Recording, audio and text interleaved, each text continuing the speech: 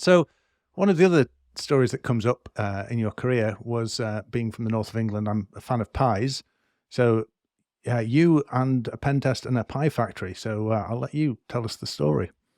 Yeah, these are slightly different pies. They're sweet rather than savory and, fruit instead of meat, but yeah, so years ago, I was doing an assessment for a customer, and they're well known. I'm not gonna name any names, but they're well known for creating these pies. And as we were doing the first day of the assessment, so that pie will be important later on.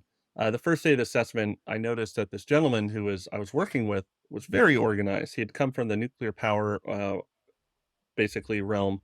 I noticed on his wall he had a giant, plot printer diagram of the network, and it looked like it had Class A IP addresses. So giant, huge number of these IPs. So I was like, oh, that's kind of interesting. You don't really see fully populated or even mildly populated internal Class A networks, but obviously someone didn't want to learn subnetting, so I get it. We're fine.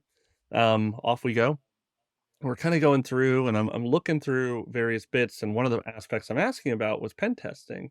He's like, "Oh, we have a rigorous pen testing, you know, routine. We go through it every couple weeks or every couple months." Sorry, he's like, "We really redo the findings." He's like, "And we do the entire organization except for the pie factory." And I started laughing just because, like, oh, haha, like, we don't scan the pie factory. Like, what a funny little joke that I don't understand, but I'll laugh at your bad joke. And he just stopped and looked at me seriously. It's like, no, Kovar, we don't scan the pie factory.